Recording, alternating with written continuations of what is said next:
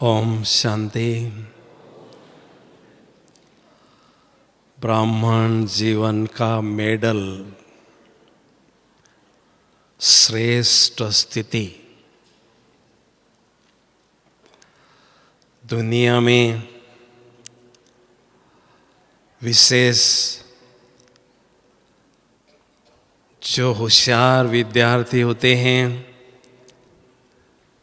होशियार खिलाड़ी होते हैं और होशियार सैनिक होते हैं, उन्हों को मेडल प्राप्त होता है। जो अपने क्षेत्र में प्रतिभाशाली, प्रतिभावान होता है, वो स्वतः ही मेडल प्राप्त करते हैं। इस ईश्वरीय विश्वविद्यालय में स्वयं परमात्मा मनुष्य से देवता बनने के लिए हमें मुख्य 4 सब्जेक्ट्स पढ़ाते हैं। और जो विद्यार्थी चारों विषयों में बहुत अच्छी मेहनत करते हैं, उन्हों को श्रेष्ठ स्थिति रूपी मेडल परमात्मा से प्राप्त होता है। कहते हैं, जैसी स्थिति वैसी स्तुति होती है, जैसी स्तुति वैसी उपस्थिति होती है, जैसी अवस्था वैसी व्यवस्था होती है। तो संगम युग में जो आत्माएं श्रेष्ठ स्थिति रूपी मेडल परमात्मा से प्राप्त करते हैं, वास्तव में वो महान भाग्यशाली कहलाते हैं। बाबा के पास आने के बाद हमारा लक्ष्य हो, हमें बहुत अच्छी श्रेष्ठ स्थिति बनानी ही है, चाहे उसके लिए कितनी भी मेहनत करनी क्यों न पड़े। ऐसा दृढ़ संकल्प हमारे मन में सदा रहे और ऐसे श्रेष्ठ स्थिति रूपी मेडल को प्राप्त करने के लिए कुछ एक बातों पर विशेष अभ्यास करने की आवश्यकता है। उसमें भी मैं आपके साथ 10 बातें शेयर करना चाहूँगा, जिन बातों पर अगर आप दिल से मेहनत करेंगे तो आप श्रेष्ठ स्थिति रूपी मेडल अवश्य ही प्राप्त करेंगे। उसमें पहली बात है, श्रेष्ठ संकल्पों से श्रेष्ठ स्थिति बनती है। हमारे मन में जो भी संकल्प उत्पन्न होते हैं, वो सदा श्रेष्ठ संकल्प हो, इस पर हमें विशेष ध्यान देना है। अगर कभी साधारण या व्यर्थ संकल्प चलते भी हैं, तो उस समय हमें ज्ञान और योग के बल से व्यर्थ संकल्पों को समर्थ संकल्पों में परिवर्तन करना है। अगर किसी के प्रति नकारात्मक संकल्प चलते भी हैं, सारे दिन भर में जब हम कार्य व्यवहार में आते हैं और कभी ऐसे नकारात्मक संकल्प चलते हैं, उस समय विशेष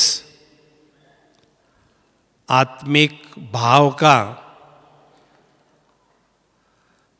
अभ्यास करें और अपने तीसरे नेत्र पर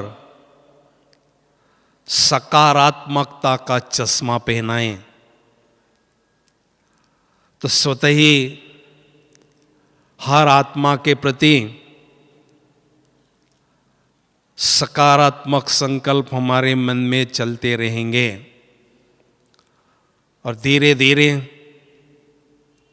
श्रेष्ठ संकल्पों का खजाना बढ़ता जाएगा।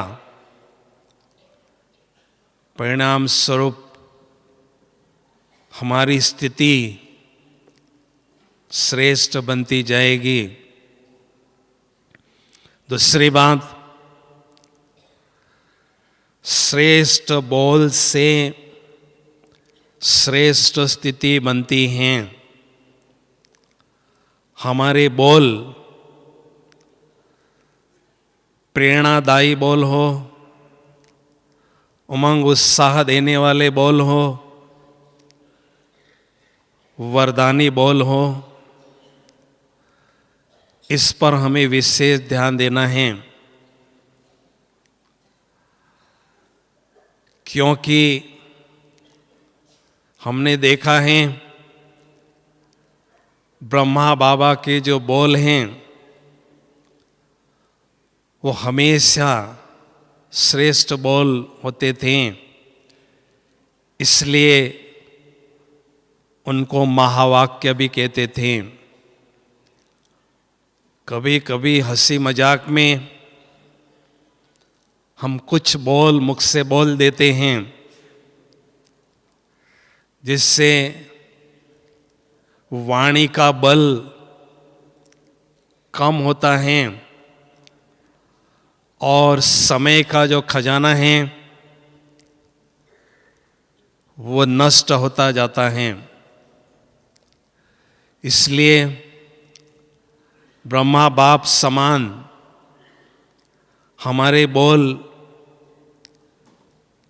प्रेरणादायी हो, श्रेष्ठ हो, सुखद हो, सुकून देने वाले हो, क्योंकि बोल हमारे व्यक्तित्व का परिचय देते हैं। अगर कभी हम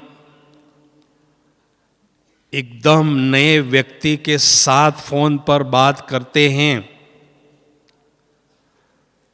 तो वो कैसे बोल बोलता है उसके आधार पर हम उसके व्यक्तित्व को परख लेते हैं।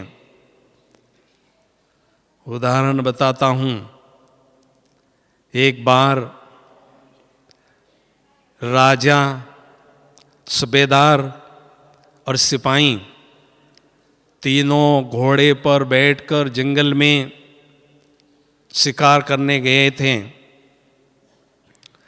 जैसे जंगल में गए, उन्होंने घोड़े को बांधा एक स्थान पर। घोड़े के पैर में घुंघरू थे, लेकिन जैसे शिकार करके वो वापस आए तो घोड़ा वहां नहीं था।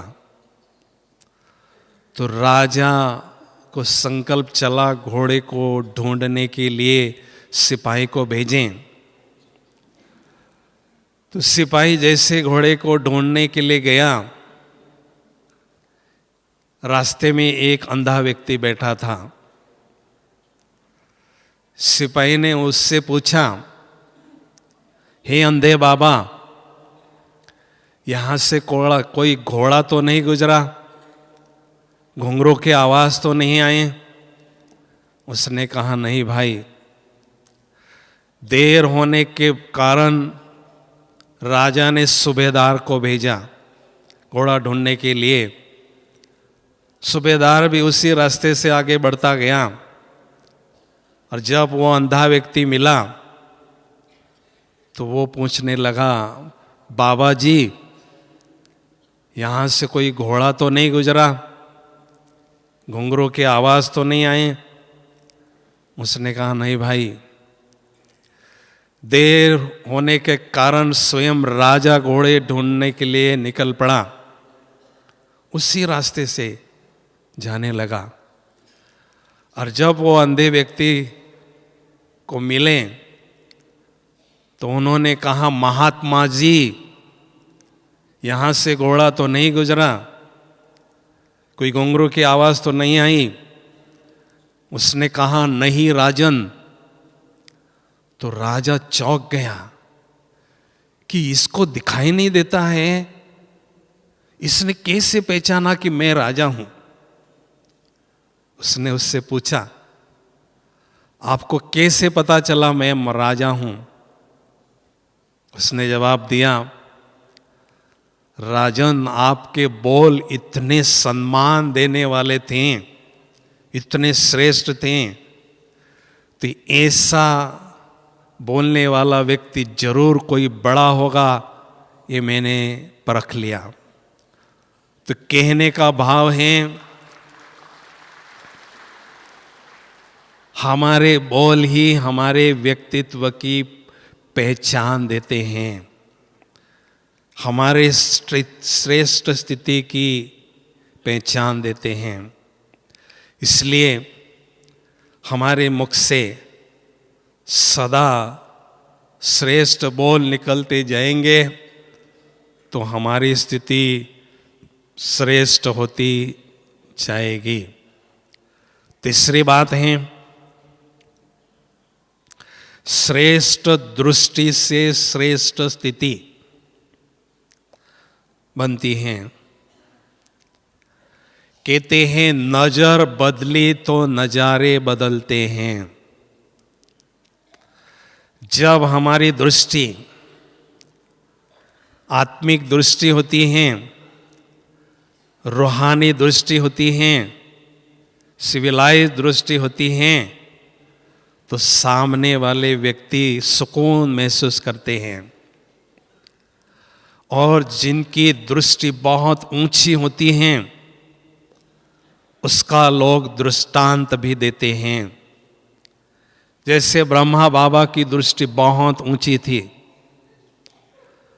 जिस कारण बाबा को किसी बच्चे का अवगुण, किसी भी बच्चे की कमी कमजोरी नजर नहीं आती थी। उसके कारण बाबा सभी पर प्यार ही बरसाते थे। दुनिया में कहते हैं, दुनिया वाले लिखते हैं कि बुरी नजर वाले तेरा मुंह काला। हम तो ऊंचे बाप के ऊंचे बच्चे हैं, ब्राह्मण कुल के ऊंची शान हैं। ऐसे ऊंचे ब्राह्मण कुल वाले हम बच्चे हैं, तो उनके बोल भी ऐसे सुखदायी हो, प्रेरणादायी हो, वरदानी हो। उनकी दृष्टि भी ऐसी निर्दोष दृष्टि हो। तो ऐसी निर्दोष दृष्टि से स्वतः ही हमारी स्थिति श्रेष्ठ बनती जाती है। चौथी बात है, श्रेष्ठ वृत्ति से श्रेष्ठ स्थिति बनती है। हमारी वृत्ति सदा श्रेष्ठ हो, क्योंकि वृत्ति से वायुमंडल बनता है। वास्तव में वृत्ति किसको कहते हैं? मान लीजिए, जब हम मुरली सुनने के लिए बैठते हैं तो हमारे बाह्य मन में कुछ संकल्प चलते हैं, लेकिन उस समय साथ साथ जो सुषुप्त मन होता है उसमें कुछ और संकल्प उठने लगते हैं। तो सुषुप्त मन का कनेक्शन हमारी वृत्ति के साथ होता है। और कहते हैं ब्रह्म मुहूर्त में हमारा सुषुप्त मन जागृत अवस्था में होता है। तो अमृत वेले हमें विशेष अभ्यास करना है कि हमारे सुषुप्त मन में ऐसे श्रेष्ठ संकल्पों को संग्रहित करें, श्रेष्ठ विचारधारा चलती रहें। इसके लिए अमृत वेला पावरफुल करना जरूरी है। लेकिन शक्तिशाली अमृत वेला करने के लिए रात्रि को सोना, कैसे सोना है, ये हमें स्पष्ट होना चाहिए। हमारी सोने की विधि यथार्थ होना चाहिए। एक बार बाबा ने कहा था कि सोने की विधि ये है कि सारे दिन की दिनचर्या बाबा को बता दो और कोई सूक्ष्म बोझ है वो भी सूक्ष्म बोझ बाबा को दे दो। मन बुद्धि को एकदम हल्का करके विश्राम करो। अगर चाहें तो उस समय थोड़ा सा मुरली का चिंतन भी कर सकते हैं। फिर बाबा की गोदी में हमें सोना है। इससे विधि पूर्वक अगर हम सोते हैं तो दूसरे दिन हमारा अमृत वेला बहुत ही शक्तिशाली होता है। तो इस अभ्यास से हमारी वृत्ति श्रेष्ठ बनती जाती है, जिससे हमारी स्थिति भी श्रेष्ठ बनती जाती है। श्रेष्ठ स्थिति रूपी मेडल प्राप्त करने के लिए 5वीं बात है, श्रेष्ठ कर्मों से श्रेष्ठ स्थिति बनती जाती है। श्रेष्ठ स्थिति का आधार है श्रेष्ठ कर्म करते जाना। और श्रेष्ठ कर्म करने की विधि है लक्ष्मी नारायण के फोटो के सामने खड़े होकर हम अपने स्थूल और सूक्ष्म कर्मों की भेंट करें। क्या मेरे कर्म इनके जैसे महान हैं या नहीं, उसको चेक करें और चेंज करते रहें। तो स्वतः ही कर्म हमारे श्रेष्ठ होते जाएंगे। दूसरी बात, कमल आसनधारी बनकर कर्म करते चलें तो कर्म हमारे दिव्य बनते जाएंगे और श्रेष्ठ कर्मों के द्वारा अनेकों को प्रेरणा मिलती रहेगी। क्योंकि श्रेष्ठ कर्मों का खजाना श्रेष्ठ स्थिति संगम युग में बनाने में मदद करता ही है और साथ साथ भविष्य के लिए श्रेष्ठ संस्कार के रूप में हमारे साथ साथ चलता है। इसलिए संगम युग में श्रेष्ठ कर्मों की पूंजी को बढ़ाते रहें तो स्वतः ही श्रेष्ठ स्थिति हमारी बनती जाएगी। 6वीं बात है, श्रेष्ठ पढ़ाई से श्रेष्ठ स्थिति बनाना। हमें स्वयं भगवान पढ़ाते हैं। इससे श्रेष्ठ पढ़ाई सारे कल्प में कभी भी नहीं हो सकती है। तालियां बजाओ जरा एक बार अच्छी तरह से, क्योंकि हमने स्वप्न में भी नहीं सोचा था कि निराकार भगवान साकार रूप में आकर हमें पढ़ाई पढ़ाएंगे, लेकिन साकार रूप में वो हमें पढ़ाई पढ़ाते हैं। तो जब हम मुरली का चिंतन करते हैं तो कई गुह्य राज बुद्धि में स्पष्ट होते हैं, जिससे हमारी बुद्धि दिव्य और दुरंदेशी बनती जाती हैं। और जितना मनन चिंतन के द्वारा ज्ञान का बल आत्मा में बढ़ता है, जिससे हमें दो विशेष दिव्य शस्त्र प्राप्त होते हैं, अटूट आत्मविश्वास और अदम्य साहस।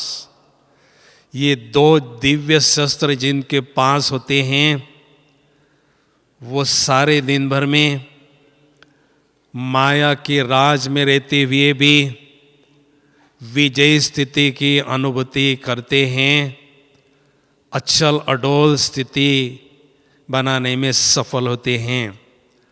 तो इसलिए पढ़ाई पर हमें विशेष अटेंशन देते रहना जरूरी है। सातवीं बात है आत्म अभिमानी स्थिति से श्रेष्ठ स्थिति बनाना। जब हम आत्म अभिमानी स्थिति का अभ्यास करते हैं, देह में रहते हुए विदेही स्थिति का अभ्यास करते हैं, तो देह से हमारा रिश्ता कट जाता है, संबंध कट जाता है, देह से हम न्यारे होते हैं। जब हम देह से न्यारे होते हैं तो स्वतः ही देह की दुनिया से, देह के संबंधों से और देह के पदार्थों से न्यारे होते हैं, इस दुनिया से न्यारे हो जाते हैं और परमात्मा की याद करने के लिए तैयार हो जाते हैं। तो इसलिए श्रेष्ठ स्थिति बनाने के लिए गुप्त ही गुप्त हमारा विदेही स्थिति का अभ्यास बढ़ाते चलें। एकांत में बैठकर बुद्धि रूपी नेत्र से आत्मा के स्वरूप को स्पष्ट देखें और आत्मा के जो 7 निजी गुण हैं, एक एक गुण की बहुत अच्छी तरह से अनुभूति करते रहें, तो आत्म अभिमानी स्थिति हमारी विकसित होती जाएगी और स्वतः ही श्रेष्ठ स्थिति की ओर हम आगे बढ़ने लगेंगे। स्व स्थिति अर्थात स्व की स्मृति में टीकना, स्व की स्थिति में टीकना, आत्मिक स्थिति में टीकना, तभी हमारी श्रेष्ठ स्थिति बन सकती है। 8वीं बात है श्रेष्ठ स्थिति बनाने के लिए स्वमान का अभ्यास बढ़ाते चलें, क्योंकि जब हम स्वमान के सिंहासन पर बैठते हैं, आत्मा स्वमान के सिंहासन पर बैठती हैं, तो एक रूहानी नशा, एक अलौकिक मस्ती हमें चढ़ने लगती हैं और उमंग उत्साह के पंख हमें मिलते हैं, जिसके आधार से हम ऊंची उड़ान उड़कर इस साकारी दुनिया से पार हो जाते हैं, निराकारी दुनिया की ओर बाबा के पास सहज ही पहुंचने लगते हैं। तो आत्मा का अभ्यास हमें इस देह से न्यारा करता है और स्वमान का अभ्यास इस देह से परे ले जाता है, ऊंचा ले जाता है, जो बाबा की याद करने के लिए मददगार बनता है। इसलिए श्रेष्ठ स्थिति बनाना अगर हम चाहते हैं तो निरंतर समान धारी बनते रहें। समान धारी बनना अर्थात जो भी समान का पॉइंट हम लेते हैं, मान लीजिए विश्व कल्याणकारी मैं आत्मा हूँ, ये पॉइंट आपने लिया, तो उस पर बहुत अच्छी तरह से मनन चिंतन करना है। स्वराज अधिकारी आत्मा की स्थिति बढ़ती जाती है, तो मैं आत्मा विश्व कल्याणकारी हूँ, मेरे कर्म कैसे हो, बोल कैसे हो, संकल्प कैसे हो, व्यवहार कैसा हो, इस पर अच्छी तरह से मंथन करें और उन विशेषताओं को अपने जीवन में धारण करें। इसको कहते हैं स्वमानधारी अनुभव करना, उस स्वमान का स्वरूप बनना। तो जैसे जैसे हम स्वमान का स्वरूप बनते हैं तो बहुत ईश्वरीय नशे में झूमते रहते हैं। तो ये साकारी दुनिया के प्रलोभन हमें आकर्षित नहीं कर सकते हैं। और 9वीं बात है, श्रेष्ठ स्थिति रूपी मेडल प्राप्त करने के लिए परमात्म अभिमानी स्थिति को बढ़ाते चलें। बाबा ने कहा है यथार्थ याद अर्थात परम धाम में बाबा को याद करना। तो निराकारी दुनिया में बाबा के निराकारी स्वरूप को हमें देखना है और मैं निराकारी आत्मा बाबा के समक्ष बैठी हूँ, ऐसा अनुभव भी हमें करना है। तो इतने विशाल परम धाम में मैं निराकारी आत्मा निराकारी बाप के सामने बैठी हूँ और अपने दिव्य दृष्टि से बाबा को देख रही हूँ। तो बाबा के समीप बैठ जाएं। परमात्म अभिमानी बनना अर्थात परमात्मा के संग का अनुभव करना, उनके कंपनी में बैठ जाना। तो जब हम बाबा के संग में बैठते हैं उस समय 3 बातों पर ध्यान देना जरूरी है। अगर हम परमात्म मिलन का भरपूर आनंद लेना चाहते हैं तो 3 बातें हमें चेक करना है। पहली बात, ज्ञान सूर्य बाबा के साथ हम बैठते हैं तो कभी भी हमारे मन में हिचकिचाहट ना हो कि बाबा तो पवित्रता का सागर है, मुझ आत्मा पर अपवित्रता के काले धब्बे हैं, कैसे मैं आत्मा बाबा के समीप बैठ सकूंगी। नहीं, बाबा ने हमें बच्चे के रूप में स्वीकार किया है। बच्चा कैसा भी हो उसको अपने बाप के अति समीप बैठने का अधिकार होता है। इसलिए बड़े ठाठ से, बड़े मस्ती से हमें बैठना है। दूसरी बात, कभी भी बाबा से हमें मांगना नहीं है। भगत माना भिखारी, बच्चे माना अधिकारी। बाबा के सामने जब हम बैठें तो अधिकारी स्थिति में बैठें कि बाबा के जो खजाने हैं उन पर मेरा पूरा अधिकार है। तो अधिकारी स्थिति में जब हम बैठते हैं तो मिलन का आनंद लेते हैं और उनके खजानों को हम स्वयं में भरने लगते हैं। और तीसरी बात, बाबा के समक्ष जब बैठते हैं तो कभी भी स्वयं को साधारण आत्मा नहीं समझना है। साधारण आत्मा समझेंगे तो बाबा से शक्तियाँ भरपूर मात्रा में नहीं भर सकेंगे।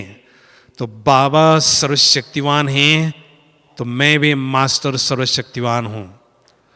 बाबा ज्ञान सूर्य हैं तो मैं भी मास्टर ज्ञान सूर्य आत्मा हूँ। ऐसी शक्तिशाली स्थिति में जब हम बैठते हैं तो आत्मा रूपी बल्ब का वोल्टेज मैक्सिमम होता है और शक्तियों के सागर से अथाह शक्तियाँ हम स्वयं में ग्रहण करने लगते हैं। तो इन बातों पर ध्यान देकर ही परमात्म मिलन का आनंद हमें लेना है। और 10वीं बात है कि सारे दिन भर में बिंदु समझकर बिंदु बाप को याद करना थोड़ा मुश्किल लगता है, लेकिन किसी भी युक्ति से हमें हमारी बुद्धि की तार बाबा के साथ जोड़कर रखनी है। उसके लिए आवश्यक है सारे दिन भर में फरिश्ता स्वरूप में स्थित होकर बाबा के साथ विभिन्न संबंधों की अनुभूति करते रहें, क्योंकि ये मनुष्य का नेचर है, वो हमेशा कुछ नवीनता चाहता है। बिंदु बनकर बिंदु बाप को याद करेंगे तो कभी थोड़ा बोर हमें अभ्यास हो सकता है, लेकिन हमें अमृत वेले से लेकर विभिन्न संबंधों की अनुभूति करते रहना है। उदाहरण के तौर पर अमृत वेले बाबा को गुड मॉर्निंग करने के बाद पहला घंटा हमें बाबा के साथ बाप का संबंध अनुभव करना है। उसके बाद जब हम मुरली सुनने के लिए आते हैं उस समय टीचर का संबंध अनुभव करना है, उसका आनंद लेना है।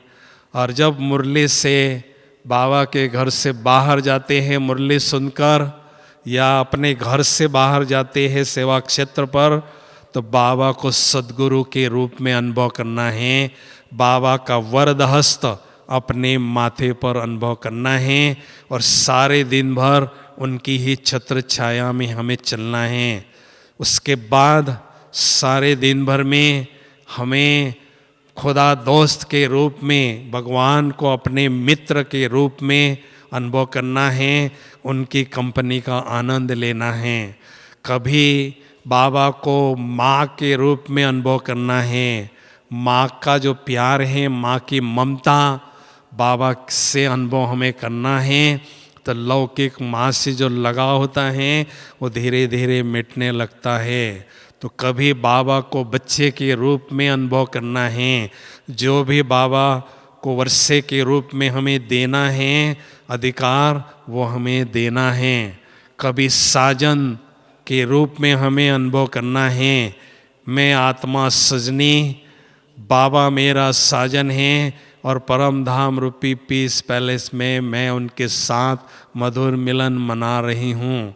कभी सर्जन के रूप में अनुभव करना है, कोई ऐसा कड़ा संस्कार होता है उसको परिवर्तन करने के लिए हम बहुत प्रयास करते हैं, उसमें सफलता नहीं मिलती है, तो हमें दिल शिकस्त नहीं होना है।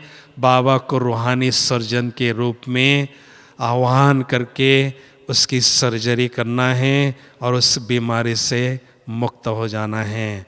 कभी बाबा को गाइड के रूप में आप अनुभव कर सकते हैं। मन जब मूंझ जाता है तो विधा में हम स्वयं को अनुभव करते हैं, बाबा को बुलाओ, गाइड के रूप में अनुभव करो। और बाबा त्रिकालदर्शी हैं, जो हमें गाइडेंस देंगे उसमें हमारा कल्याण जरूर है। कभी बाबा को रक्षक के रूप में अनुभव करो, सर्वशक्तिवान परमात्मा मेरा बैकबोन है, मेरा रक्षक हैं। तो ऐसा हम अनुभव करेंगे तो कभी भी हमें किसी भी प्रकार का डर या भय अनुभव नहीं होगा। और कभी बाबा को धर्मराज के रूप में भी अनुभव करो। बाबा का धर्मराज के रूप में डर होना ये शुभ बात है, क्योंकि वो डर होने से हमारे से कोई भी छोटा मोटा विक्रम नहीं होगा, पाप का बोझा नहीं बढ़ेगा। तो कहने का भाव है सारे दिन भर में विभिन्न संबंधों की अनुभूति करके बाबा के साथ मन मना भव का मंत्र का जाप करते रहें, बुद्धि की तार जोड़कर रखें। इसके साथ मधुबन में जो शांति स्तंभ हैं, ब्रह्मा बाबा की श्रेष्ठ स्थिति की यादगार हैं, ब्रह्मा बाबा ने शिव बाबा से श्रेष्ठ स्थिति का मेडल प्राप्त किया है, तो शांति स्तंभ अर्थात ज्ञान का स्तंभ, शक्ति का स्तंभ और पवित्रता का स्तंभ और शांति का स्तंभ, ऐसी स्थिति मुझे बहुत ऊंची बनाना है और अचल अडोल स्थिति बनाना है। तो ब्रह्मा बाबा हमारे सामने रोल मॉडल हैं, उनके कदमों पर कदम रखते हुए मुझे ऐसी श्रेष्ठ स्थिति बनाना है, ऐसा हम निरंतर प्रयास करते रहें। शांति स्तंभ के बाजू में मैं खड़ा रहता हूँ और बाबा की जैसी स्थिति बनाने की प्रेरणा लेता रहता हूँ और सदा आगे बढ़ता रहता हूँ। तो ऐसा पुरुषार्थ हम सदा करते रहें। तो बाबा के पास आने के बाद अगर मैंने श्रेष्ठ स्थिति नहीं बनाई तो मैंने कुछ नहीं किया, ऐसा समझेंगे। क्योंकि चारों सब्जेक्ट में मुख्य सब्जेक्ट हमारा योग का सब्जेक्ट है। हम सभी की योगाभ्यास में रेस हैं। तो इस रेस में हमें केवल दौड़ना नहीं है, लेकिन प्राइज विनर बनना है, श्रेष्ठ स्थिति का मेडल लेना है। इसलिए योगाभ्यास को निरंतर गहराई से बढ़ाते चलें और ज्वाला स्वरूप शक्तिशाली को भी बढ़ाते चलें। तो अभी हम चंद घड़ियों के लिए बहुत सुंदर, बहुत श्रेष्ठ योग की स्थिति का अनुभव करने जा रहे हैं। क्योंकि अनुभव के बिना इतना बाबा जो श्रेष्ठ ज्ञान देते हैं वो अधूरा हो जाता है। तो चले हम सभी श्रेष्ठ योग की गहन अनुभूति की ओर।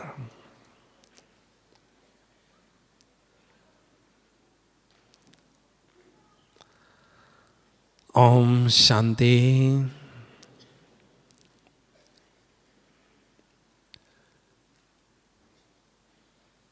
इस देह रूपी मकान में मैं निराकार ज्योति बिंदु आत्मा मकान मालिक भ्रुकुटी के बीच आँखों रूपी खिड़कियों के पास विराजमान हूँ। मैं निराकार ज्योति बिंदु आत्मा मकान मालिक पवित्र स्वरूप हूँ। पवित्रता का प्रकाश चारों ओर फैल रहा है। परम आनंद की अनुभूति हो रही है।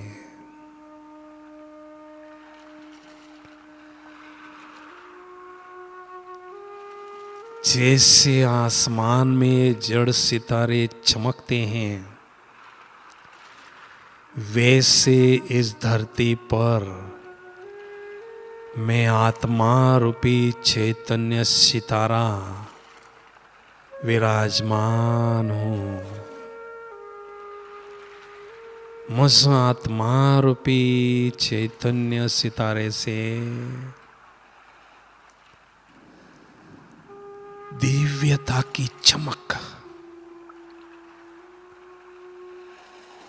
अष्ट शक्तियों की चमक चारों ओर फैल रही है।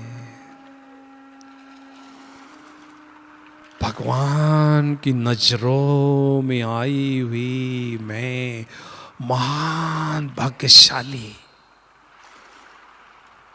आत्मा हूं।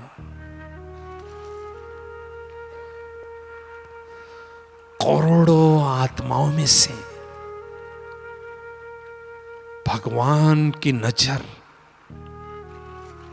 मुझ भाग्यशाली आत्मा पर पड़ चुकी है। सारे संसार को भाग्य बांटने वाले भाग्य विधाता मेरा बाप बन चुका है। मैं पद्मा पदम भाग्यशाली आत्मा हूं। मैं निराकार ज्योति बिंदु आत्मा देह रूपी मकान से न्यारी होकर दिव्य बुद्धि रूपी विमान में बैठकर दिव्य ज्योति धाम की ओर उड़ती हुई जा रही हूं। इस साकारी दुनिया से पार जा रही हूं। आकारी दुनिया में पहुंच गई हूं, जहां चारों ओर सफेद ही सफेद दिव्य प्रकाश प्रकाश है। पवित्रता ही पवित्रता है। मुझ निराकार ज्योति बिंदु आत्मा ने दिव्य प्रकाश पुंज की चमकीली फरिश्ता स्वरूप की ड्रेस धारण कर ली है। कितनी हल्की फुल्की ड्रेस है यह।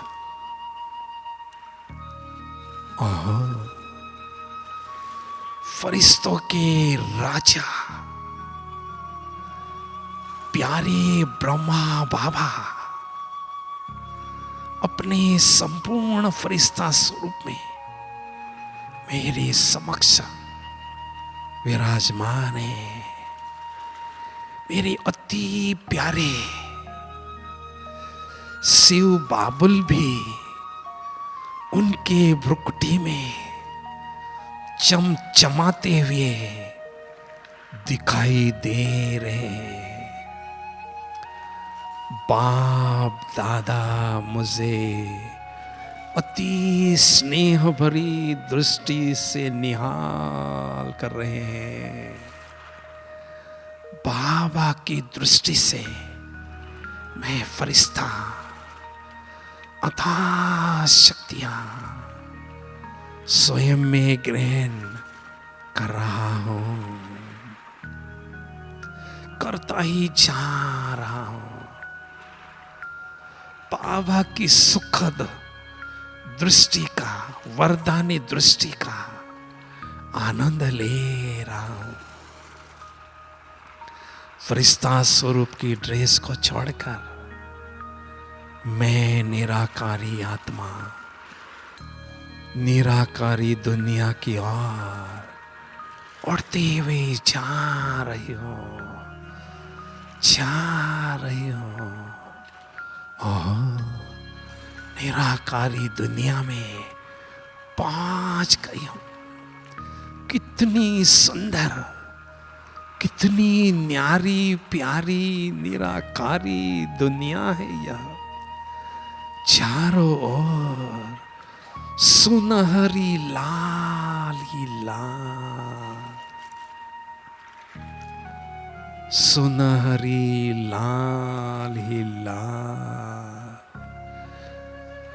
दिव्य प्रकाश ही प्रकाश है।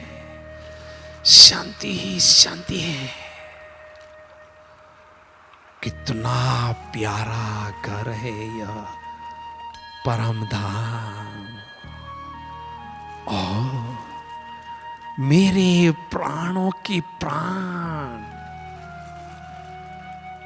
प्राणों से भी प्यारे प्राणेश्वर, सत्यम शिवम सुंदरम, प्यारे शिव पिता मुझ ज्योति बिंदु आत्मा के समक्ष विराजमान है। मैं आत्मा अपने दिव्य नेत्र से बाबा की सुंदर छवि को निहार रही हूं। उनकी सुंदरता का भरपूर आनंद ले रही हूं। बाबा मेरे नैनों के नूर बन चुके हैं। बाबा मेरे दिल की दुनिया में मेरे संसार मुझे अनुभव हो रहे हैं। बाबा शक्तियों के सागर हैं। आध्यात्मिक शक्तियों के प्रचंड स्रोत हैं। ज्ञान सूर्य शिव परमात्मा से अत्यंत शक्तिशाली किरणों की निरंतर वर्षा मुझ आत्म ज्योति पर हो रही है, होती ही जा रही है। मैं आत्म ज्योति ज्ञान सूर्य परमात्मा से प्रचंड शक्तियां, अद्भुत शक्तियां, अनंत शक्तियां स्वयं में ग्रहण कर रही हूं, ग्रहण करती ही जा रही हूं। योग की प्रखर अग्नि में मेरे पूर्व जन्मों के पाप पल भर में भस्म हो रहे हैं। मैं आत्म ज्योति स्वयं को एकदम लाइट और खुशी से भरपूर अनुभव कर रही हूं। सचमुच मेरी आत्मा रूपी बैटरी चार्ज हो रही है, शक्तियों से भरपूर हो रही है। सचमुच मेरे जीवन के सुनहरे पल है यह, जो मैं आत्म बिंदु डायरेक्ट भगवान के सानिध्य में स्वयं को अनुभव कर रही हूं। उनके सानिध्य में परम सुख की, परम आनंद की अनुभूति कर रही हूं। वाह रे मैं, वाह मेरे बाबा, वाह मेरा भाग्य। मुझसे अपने भाग्य पर नाज है।